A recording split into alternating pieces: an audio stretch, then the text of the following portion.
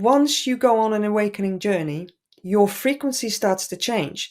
If a lot of people do that, it's a lot more powerful. And the way I've always seen it is that the right amount of people going to the right frequency literally pushes through the electromagnetic boundary.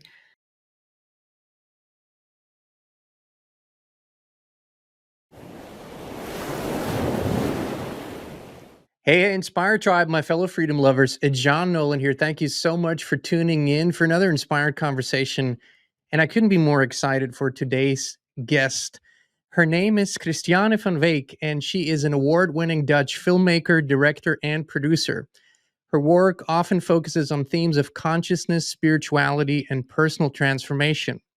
She wrote herself on her website, "From a young age, I have felt an almost uncontrollable urge to change paradigms, show different perspectives, rock the boat, upset the status quo, tickle senses, and connect and tell soulful stories." Her most recent 4-part brilliant film series, The Great Unknown, an iconic production, is a masterpiece in the exploration of death and afterlife, going deeper into the most important questions of our lives. Who are we? Where are we? And how do we get out of here? Christianne Van Wijk, thank you so much for joining me today. Wow, I love your introduction. And it's funny because my website's not online, hasn't been for a while. So I'm surprised you found that little piece of text that you just read. And I had completely forgotten about it. Well, you know how we researchers are. You're a researcher yourself. You got to dig deep to find that stuff.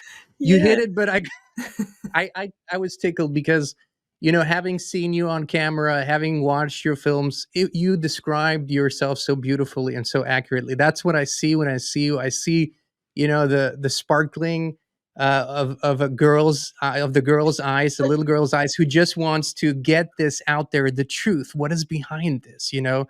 And Yeah. you know, I told you this off camera.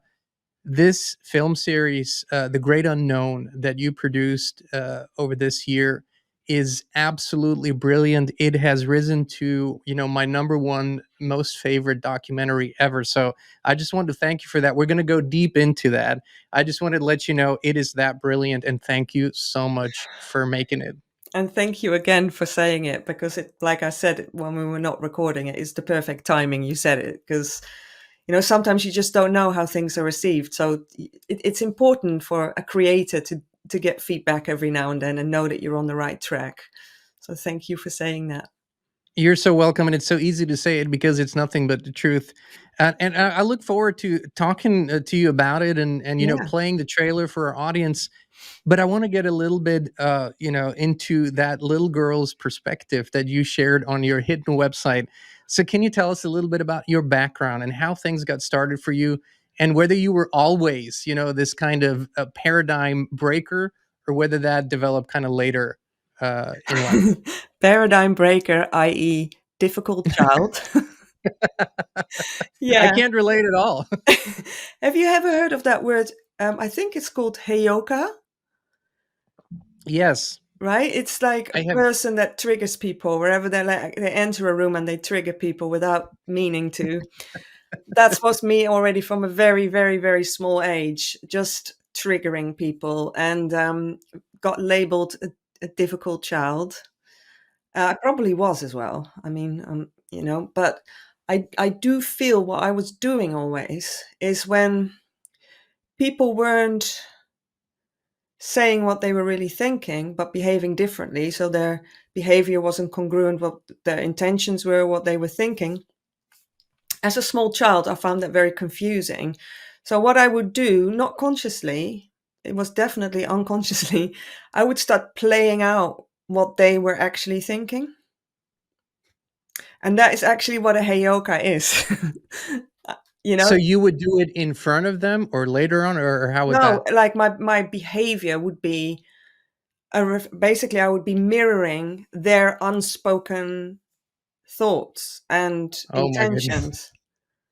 Quite I bet you were told, "Stop this," very often. yes, "Stop it now." yes. Yeah, and I had kind of, you know, how little children don't really have any shame. and you're not really aware that there are certain rules, that you need to adhere to. And so I was just, and as I got a bit older and I knew I had the label of difficult, it was quite hard because I felt like an outsider and an outcast. But I do remember what I had ever since I was very, very tiny, and I still remember the house it was. I lived there from 0 to 7. No, from 1 year old to 7, and I must have been, I think, about 2 years old. And I had memories already from the start. So I already had memories from when I literally came out of the womb and I was being put by a nurse into a little bath. I remember it in the hospital. But I remember standing in the lounge, looking out the window, and I was going, it looks sort of similar. I mean, there's trees and it looks sort of similar, but it's not the real thing. And it was a very, I remember that thought so, so well that I knew that I had come from another place. And that place, I remembered it because I remembered a very beautiful environment where everything was alive. So if you were walking through a forest, for instance, it didn't feel like you were separate from that forest.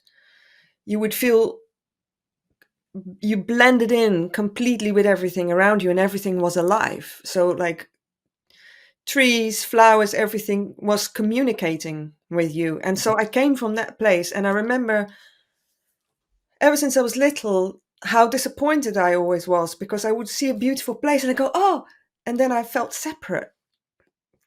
Not completely, but it was just so different. So there was a lot of disappointment there of like, it's not the real thing.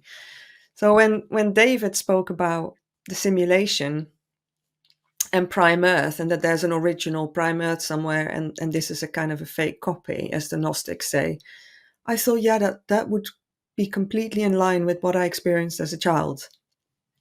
So, this is not this in the same way, but very similar. I remember uh also being a baby, a toddler, and I remember they told me I was crying a lot, and I know why I was crying. It was the heaviness and the density of this realm that I and what I was crying for, they couldn't give me, or this realm couldn't give me, because it's not the nature of this realm. So Mm. I can totally relate to that. But how did you cope? Like, because who do you talk to about this growing up? Who how do you explain what you're feeling when those around you are obviously not seeing and feeling the same things? Yeah, I think it's very good that you asked that question because it's been a theme for me in the past few days. Because there's a lot of shadow stuff has come up for me in the past few days, and every time I tune in on it, I get communicated to me. It's a trauma response. It's a coping mechanism. So what you do is you start wanting to blend in because you don't always want to be an outcast. So I became quite good at reading people and starting to blend in and speaking the right language and behaving the right way, and so that you become sort of popular in school and stuff. And in a way, looking back, I think, oh, what a sellout I was doing that instead of staying true to myself.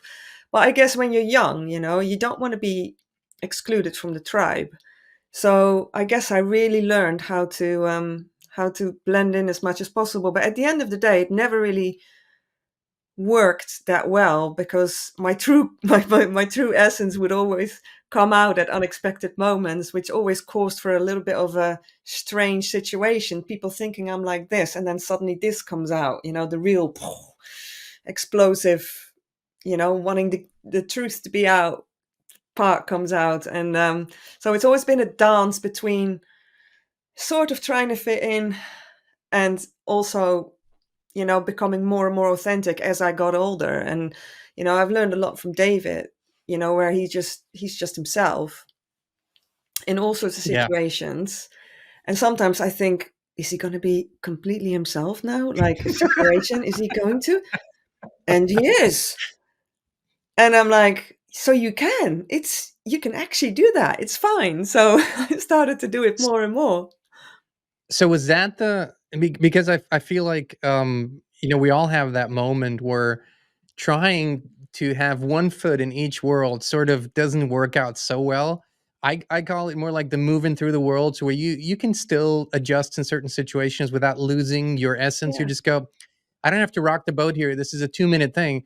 But was there a moment that you remember where you felt, man, if I really commit to being who I am and I give myself permission, life seems to sort of work out better for me, or things seem to work out better? Did you have that experience? Yeah, in a way, but the issue is when I'm truly allowing myself to be me, um, how am I gonna put put that into words? Just allow yourself to be you right Yeah. now. Yes. So I think, if you have a spectrum and one spectrum is autistic and the other one is sort of Down syndrome, the Down syndrome loving everyone and, Mhm. beautiful. And then you've got the autism. I reckon I'm more towards the autistic side. I'm not autistic, but more towards that. And so I need very little interaction with people. And when I am in groups, I'm quite a little antisocial. So allowing myself to be antisocial without being nasty, because it can come across nasty, can't it? It can come across as aloof or like you don't care, but that's often not the case with people. The people you think that are aloof are often not. It's often it's just like it's almost like you're putting up a boundary, an energetic boundary, and so you can actually cope being in a group. But I have allowed to do that a lot. Allowed myself to do that a lot more. And yes, you're right. It's actually not as bad as you think it is. It does work out.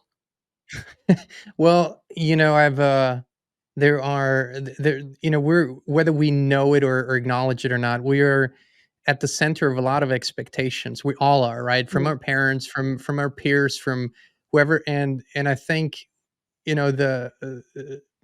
the moment that we stop giving a shit, which sort of seems like we're rude, but it's really not. It's just I care more about who I am than who others expect me to be. And when that happened, at least in my life, it wasn't easy, but it was incredibly liberating, right? Liberating. Yeah. Like, you just, and that power that you, I think, gain from that, or that energy that you gain from it, it sort of starts to fill in all those little voids that were created before. So I don't know. That's how it was for me. Yeah. No, I 100% agree. It's the same for me. Yeah. I wish I'd done it sooner because I think there is an essence of manipulation when you're trying to fit in. Because you're basically going into a conformation process, which often does require you to not be fully honest, in order to fit in. So I think there's a lot of manipulation going on in groups, in group dynamics. And I'm kind of allergic to that, and I sometimes think, oh, I wish I could be a bit more sort of hanging out with certain groups. And then I think, yeah, but what is my intention behind it? If my intention is behind it because I want to be accepted, then I find that already a form of manipulation in a way. So I'd rather just show the truth. What you see is what you get. And then maybe people don't like you straight away, but on the long term, they appreciate you more because they know that what you see is what you get. And there's no other agenda behind it. Authenticity, to me, that's, um, I think that's also why this movie that you made, or this series of movies, The Great Unknown, resonated so deeply with me. Your authenticity throughout the movie, and I would say the vast majority of speakers featured in the movie. I think, like, with everything else, you resonate more with some and a little less with others. But there's a level of authenticity in The Great Unknown, in this beautiful series, that I think is so needed and was so beautiful to witness. And before we go a little bit deeper into the movie, if you don't mind, I would like to play the trailer that you guys put out. I have it here for us. There is no death. This is what we have to understand.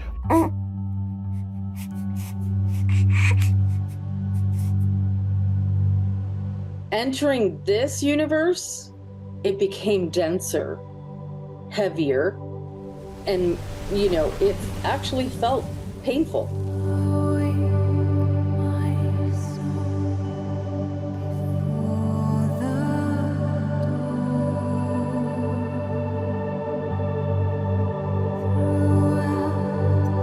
I had no memory of my life, of Evan Alexander, of English, of this language, of this world, of humanity. Everything was gone. It was an empty slate.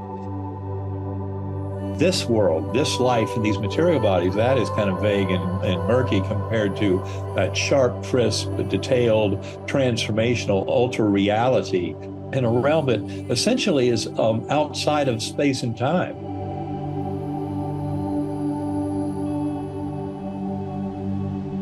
They do things at the hospice like death talks, and they're very, very blunt because a lot of people can't talk about death. So they actually call it the death talk. Sterf voor je sterft. Ja. Dat is een uitdrukking die de christenen gebruiken, maar ook de Soefies. Yeshua zegt, bouw u geen huis op de brug van het leven. The more that they can keep you in fear through not knowing what happens, the more that fear, because what is it? What is fear of death? It's fear of the unknown, one of the great fears of humanity.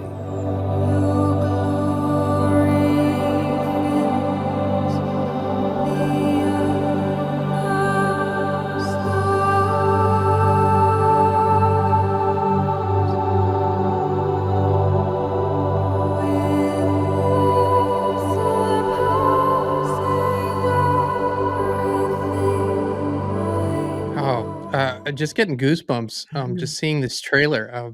As I told you, I kind of waited until before we recorded for to watch the fourth part. I wanted it to be really fresh.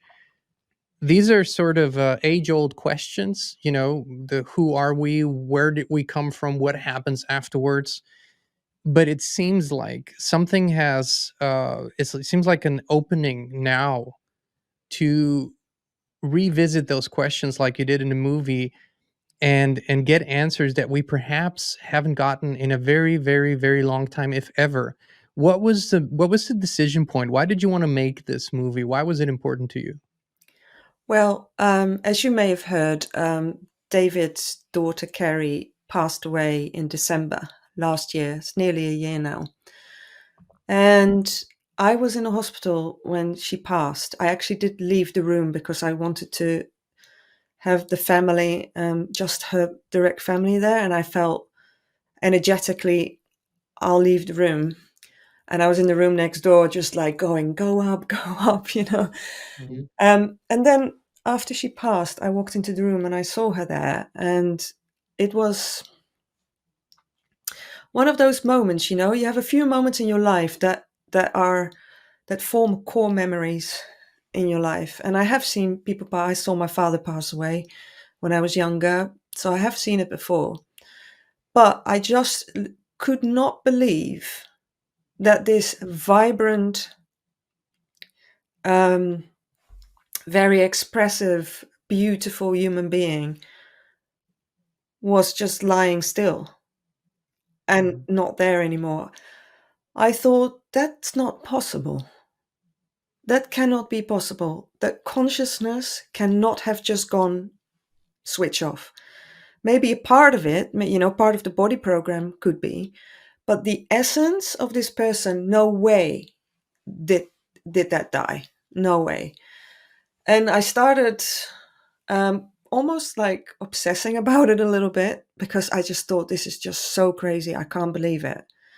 I can't believe it. Every morning I woke up, I was like, I can't believe what I've seen. I cannot believe this. And, when you're an artist, you always use those moments into whatever art you create. And obviously I make films. So I thought, I need to honor this question or this quest that I'm on, and document this quest and see what happened to her. Where did she go?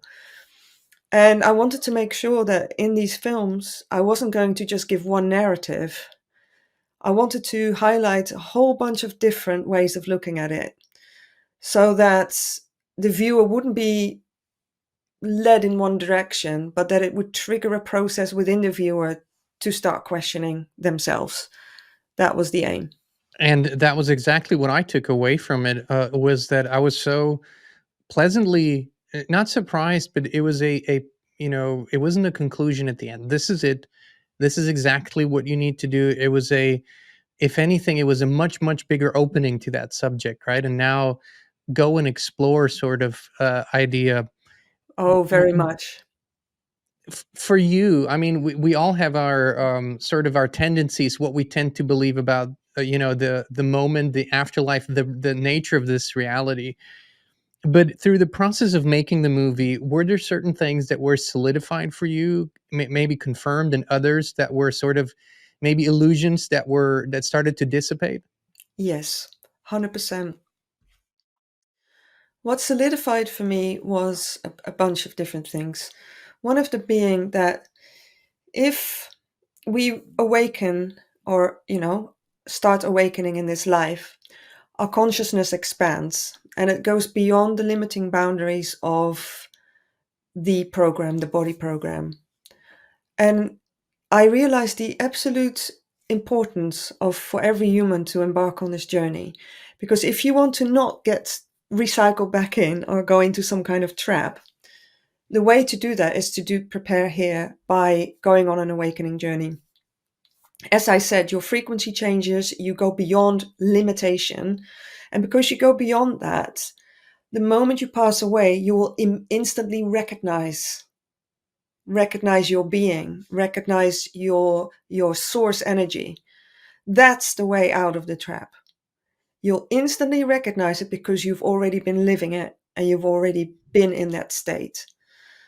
And that's a journey that is not just a day, it's a commitment in life to rather than commit to the material side of things. Nothing wrong with having some fun with the material world, of course, while you're here. Why not? But the key journey is to reconnect with the essence of who you truly are. So that's a definite as far as I'm concerned. Another thing that I also really felt is extremely important is how you die. And if you have a lot of unresolved things on your deathbed, it's a lot harder to go and surrender into the process of leaving this experience. And therefore, and you probably have picked that up at the end of the film, where I say, if we can do our live review in this life rather than on the other side, that's a lot more freeing, so that we can leave this place in a free way. And that includes just looking, where are our shadows still not being seen? What relationships have we not consolidated, with people around us and with ourselves? Anything that's unconsolidated in our life, if we can spend some time consolidating it, basically. So you just basically leave with you cannot leave with a clean slate, because it's just impossible in this place. But that you feel like you've given it your best quality energy to finalize it. Including forgiveness, bitterness, greed. It is said in the Tibetan, and Buddhist traditions that, a lot of people that are recycled back here because they still have cords and anchors here linked to jealousy, grief, sadness, greed, etc., etc. All these typical matrix type of attachments. So if we can find a way of, understanding what they really are, and knowing that the things that we think we want are often the things that we want in a matrix where everything's based on separation and scarcity. But the things we want, we are those things. So when our consciousness is expanding, we realize we are all of these things. We are emanating all of these things that we think we need. We are the absolute source of all of that. We are the most abundant source imaginable. And when you tap into that, you don't want for so much anymore. And again, that's another way of allowing yourself to be released out of here. And I think with an expanded consciousness leaving the body, it's up to each individual to choose what experience you want next. I know a lot of people have said to me they would be quite happy to come back here. quite happy. Why not? I mean, Same here. Not that I can relate to it, but yes, I, right? I don't really feel it that I want that. Unless it's potentially, if you know you could really render a service that could liberate a lot of people. I don't know. But it's up to each individual to say, okay, I go into formlessness for a while, or I go into another realm and express myself into another form there, whatever it is. And so when people ask me, so where do you go after you die? Well, that's, free will. You go to where you will resonate, you need to go to. And there's an unlimited amount of realms available. And there's, pure source energy, pure formlessness, what they call the dazzling darkness in the film as well, where you just part of the all that is, not in expression at that moment. So, yeah. well, Quite. that's, quite a lot of realizations that came in the process of that. Yeah. Like, Yeah. I want to say that probably throughout my life, in various different ways, I've heard similar things quite often. When you study belief systems and spiritual traditions like Buddhism or Hinduism or others, you hear those things often. But it wasn't for me in my life. It wasn't until I had the experience of this place of infinity that it's called the void, the place of everything and nothingness, and being in it, returning to it. It's, you could describe it as dying while you're still alive. You die while you're still alive, and you come back. And while I had heard of these things 1,000 times before, it wasn't until I had the experience that I really knew what it was that everyone was talking about. Was there an experience for you in the past? And if this is not too personal, I mean, it's a very intimate question, but You can ask me was there anything. something, did you experience it in this feeling of being in everything and nothing at once, where everything that could be, has been, will be is there, and at the same time it's nothingness? Have Yeah. you been there? Yeah. So was your one an NDE or not, or was it a spontaneous? No. It was a conscious. It was through a meditation technique. It was a conscious journey that Yeah. I let me put it this way: I didn't know where I was going to go really before, but that's where I ended up going. Yeah. Yeah. So that's the same for me. So I fortunately haven't had an NDE, because that's quite full on for a body to die. It's quite Yeah. traumatic for a body. So I've had moments of it, and I do like a soma breathing exercise that takes me to that place. And I try to do it in the mornings, but there's always stuff happening, so not every morning. But that breathing takes me into that 0 point field, and when I'm in there, I'm in love with that place. I'm just so in love with it, because there's a knowing in there that you are everything already, and that's why I agree with David so much when people say you come here to learn lessons and to evolve. It's a really good trick that has been given to humanity to keep on thinking you have to keep coming back here, because you literally are it already, because you are not necessarily an individual. You're just part of the source energy, and that is the all that is. And when you tap into that and you sense what that's like, I love that feeling. I love it, and there's a knowing there which is incredible. When you tap into the knowing, there's no doubt about it. There's no need for believing anything. It's just and that's as far as it goes for me. I think the most beautiful thing about this, at least in my journey, was that even though, I go through life, I do, a lot of things like, material things and moving, pushing, recording, doing all that stuff. You know how it is. Mhm. There's a part of me that is always in that place or connected to that space, if you will. And it has never left. For all those years, has never left. Even through darker moments or moments where I have sadness, I can appreciate the human experience of that. But there's a part of me that never leaves that place. And this is, yes, go ahead. No, honestly, it just that is so what it is, right? It is it's almost like you have the human experience and you have the eternal seer, the eternal observer that's absolutely not bothered whether it's good or bad or high or low or whatever. It's just an observer, and that's the real you, as far as I'm concerned. And I just wanted to go back to that childhood thing, because this is quite funny, actually, what happened. When I was little, I must have been 3 or 4 or something.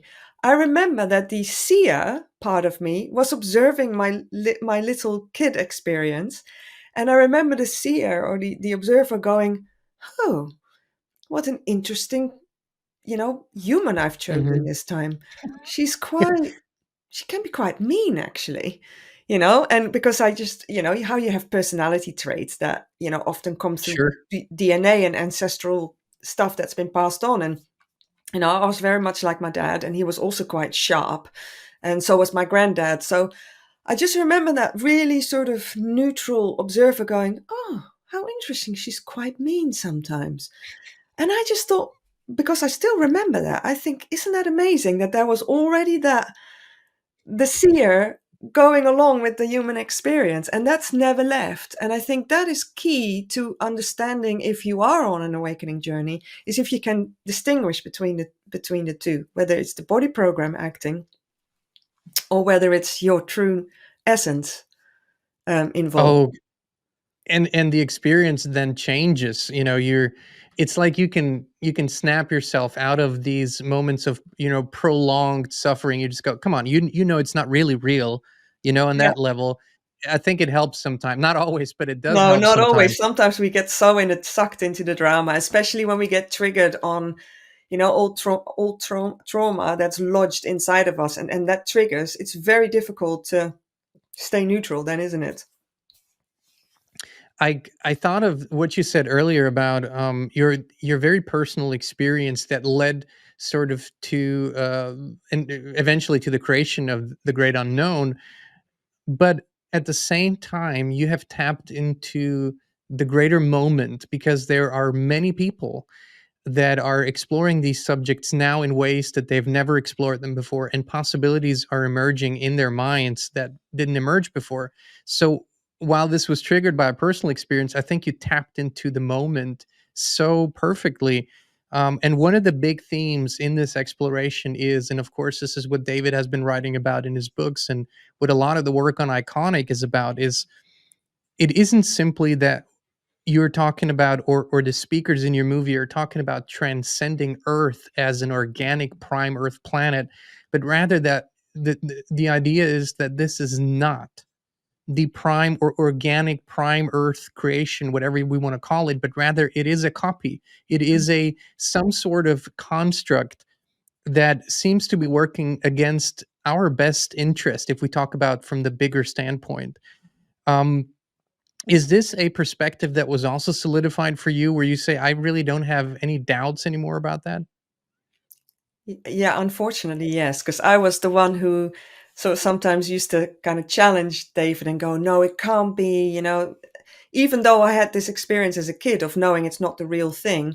I thought, no, I don't really want to believe that. I want to think that this place could be absolute heaven, But unfortunately, in the past few years, I have realized that the setup here is so upside down.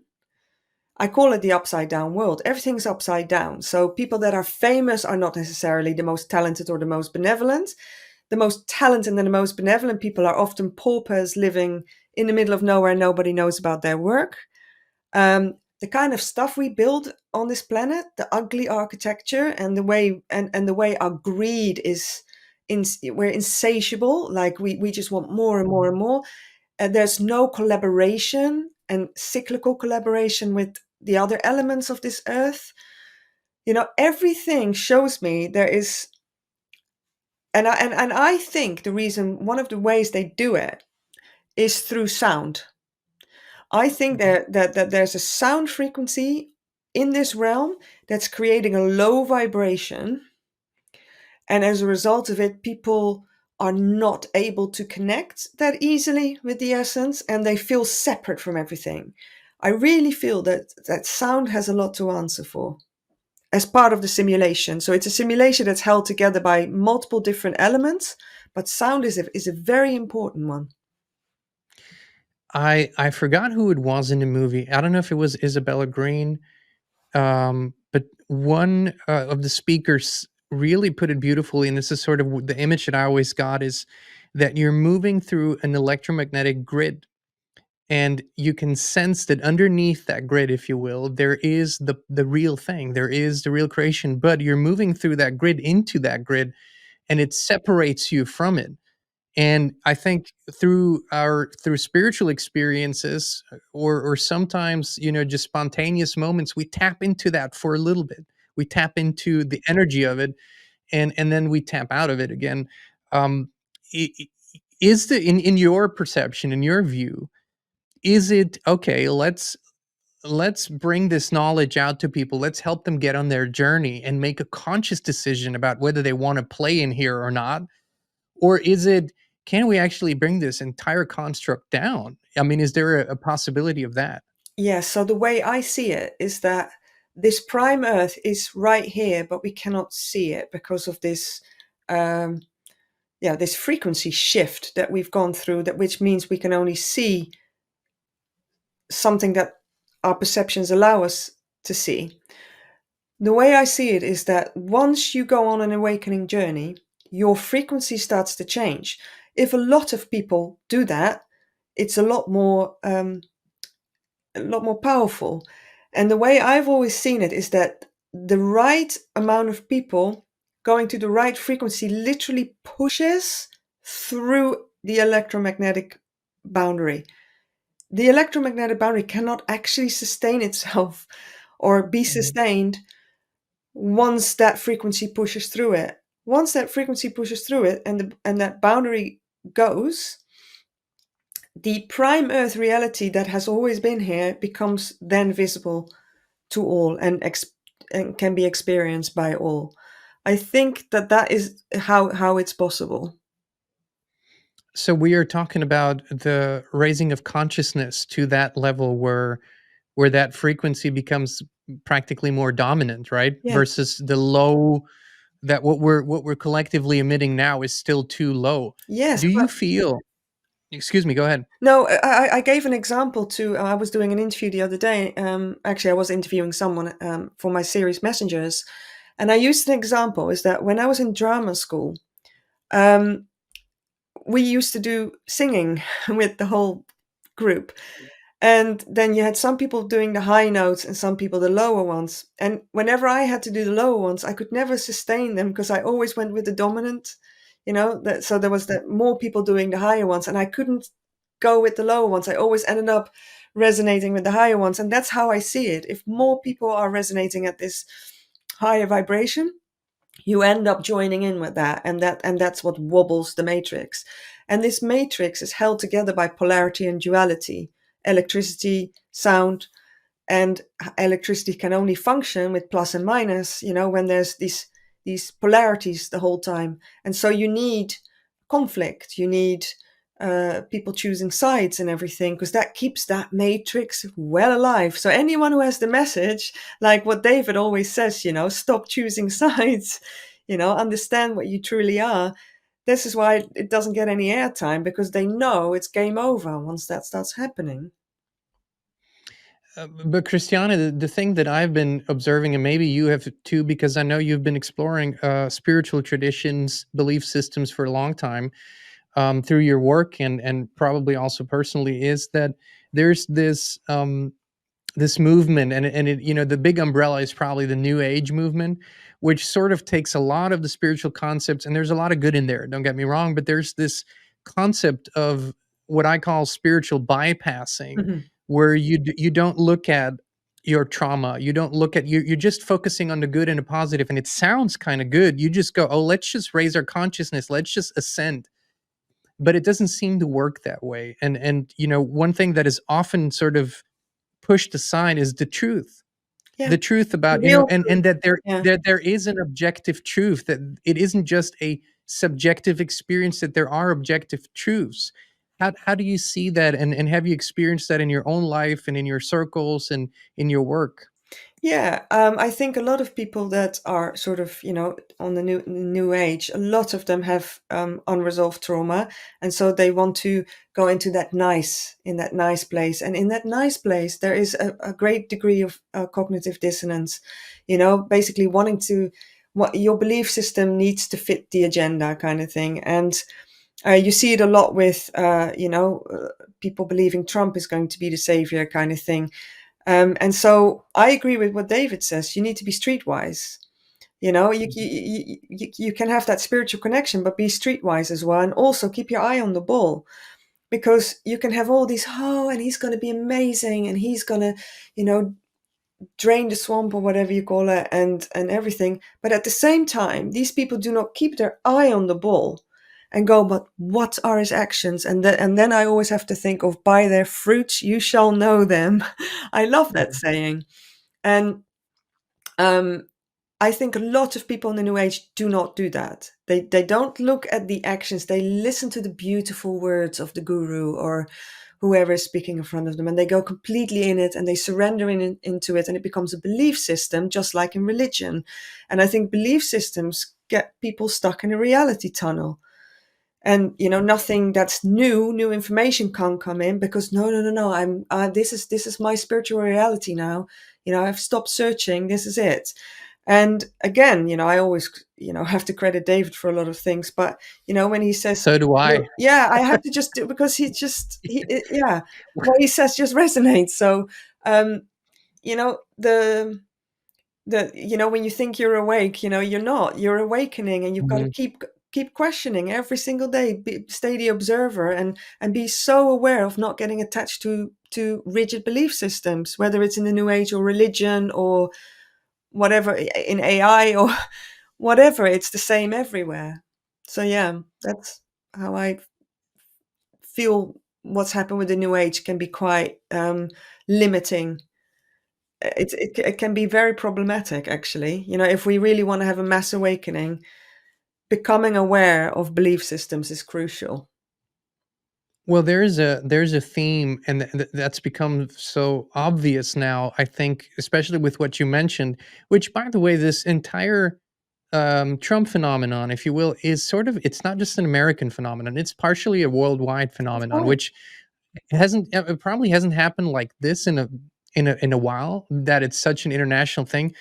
But what it shows me, and because that's the work that Christine and I have been in for a long time, is it is a classic trauma response, and whether people want to hear it or not, because most traumas that people experience, severe traumas, happen in the childhood years. And what we know about, if that is unresolved, the emotional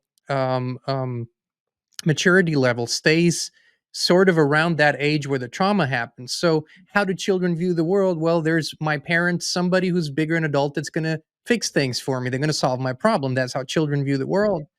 And so what has been a challenge in our work a little bit is this message that only when you actually confront, in a good way, confront your shadow, your past, and actually transmute it, heal it through dedicated work and processes, can you actually see a much bigger picture and have a liberation. And this has been part of the theme in the movie too, The Great Unknown, where a number of speakers have talked about what kind of attachments these traumas create, and that is actually a tactic. Can you talk a little bit on that? Because it's such a fascinating subject for many people, and maybe can help them see the bigger picture. Well, the opposing consciousness powers that be, they require humans in a trauma state. So of course, not only when we come in, we already get the DNA from our ancestors, and everything that's unresolved is passed on to us.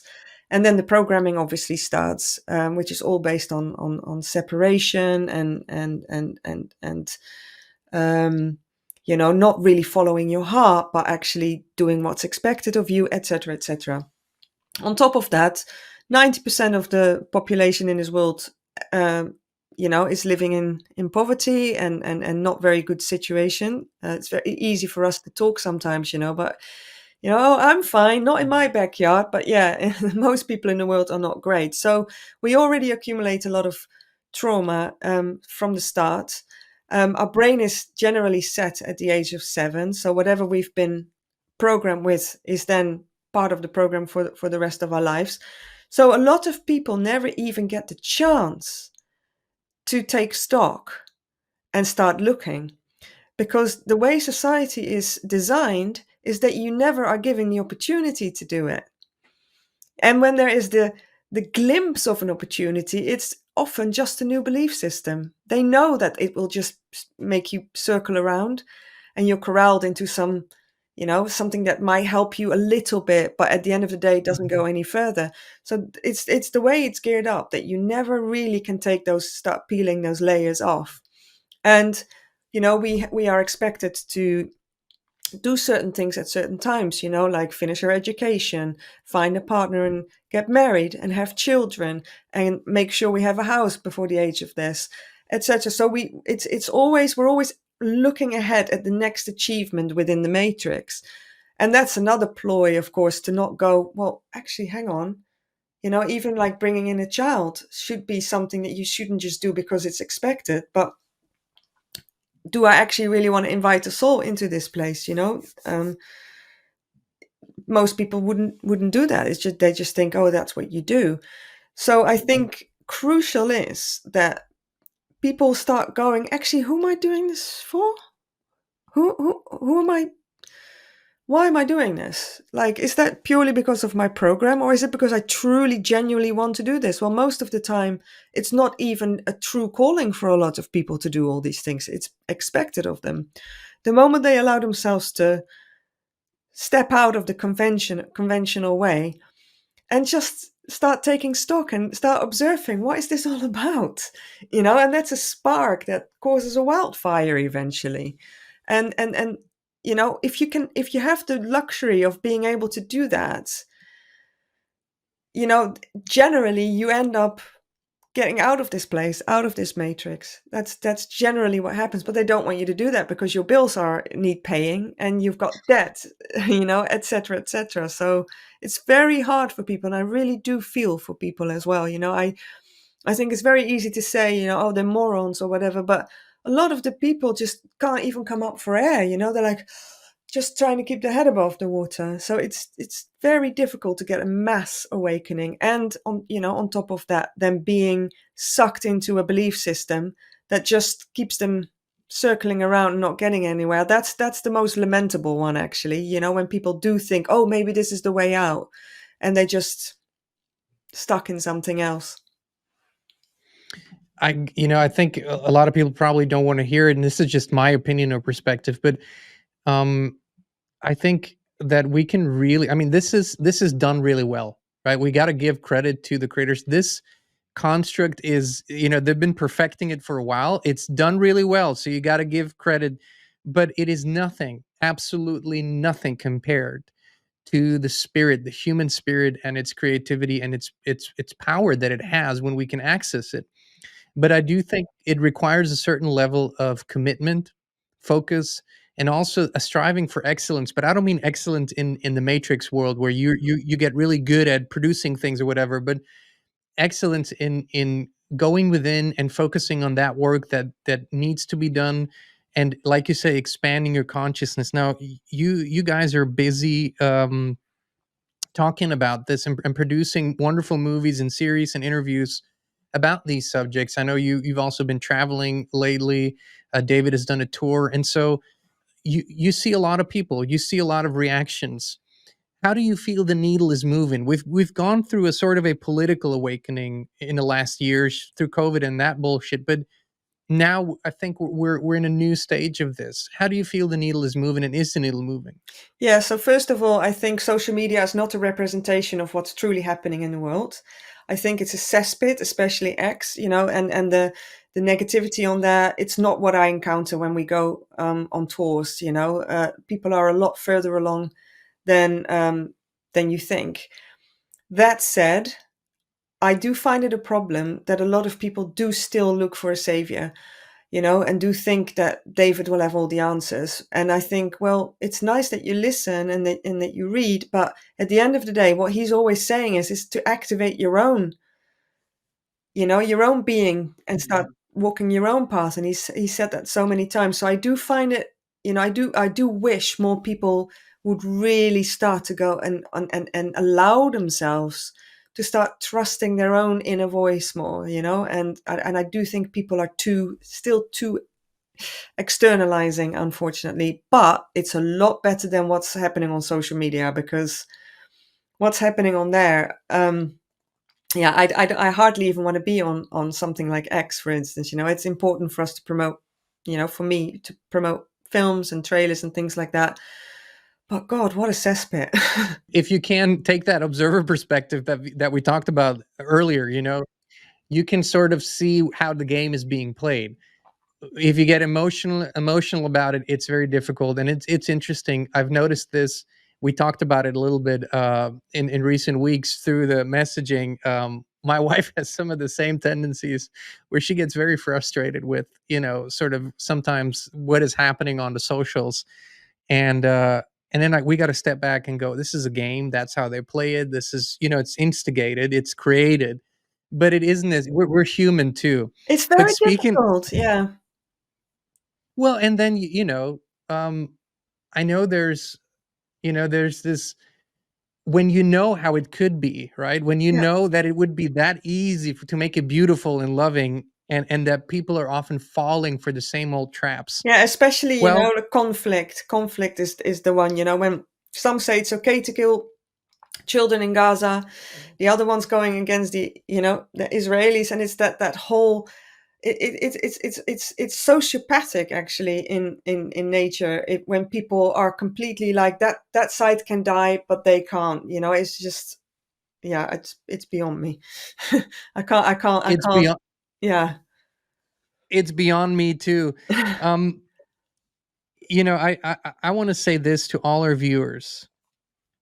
Please go to ICKONIC, create an account on ICKONIC. You should be there anyways, because it's the platform if you are exploring consciousness, if you're exploring truth, if you're exploring the nature of who we really are, and all those subjects, health, truth in politics, secret societies, whatever interests you, it's on there, and it's good and it's high quality.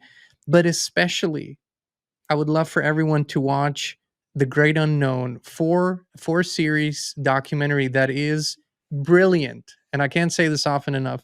Christianne, how can people find the movie? What's the best way to do it? Go to it's really easy too. And how can they keep up with you and your work and what's in the works? Let me put it this way. Okay, so I used to, work on put my stuff on my own website and everything, but I'm fully connected to ICKONIC now, ICKONIC.com.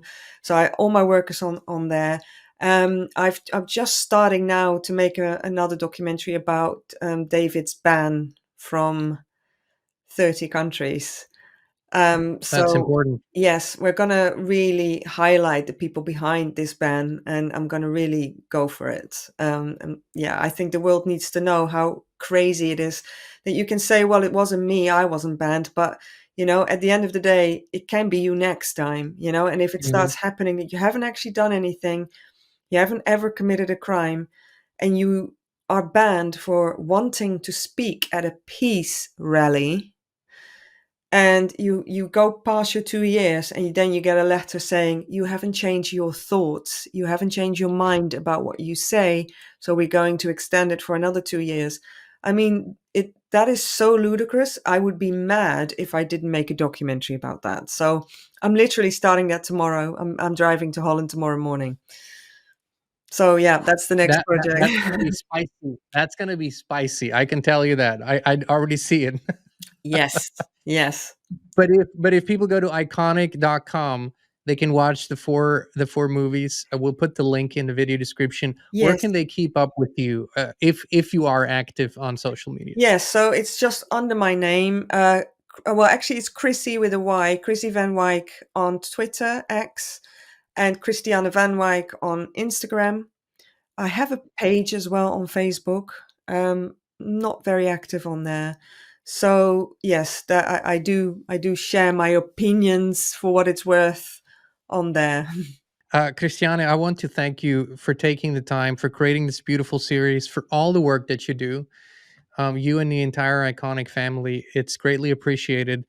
And we would love to have you back very soon to talk about the new movie or the new documentary that you're working on. Well, I was saying before we started recording that I like being behind the scenes, and whenever there's like an interview situation, I'm more comfortable being the interviewer than being interviewed. So I was a little nervous, and then we came online, and immediately I felt, oh, he's so nice, he's so relaxed, and I so familiar. Oh, this is great. So I really want to thank you for providing that really nice energy for a person to be able to share like that, because not everyone has that talent to be able to do that. So thank you so much for that.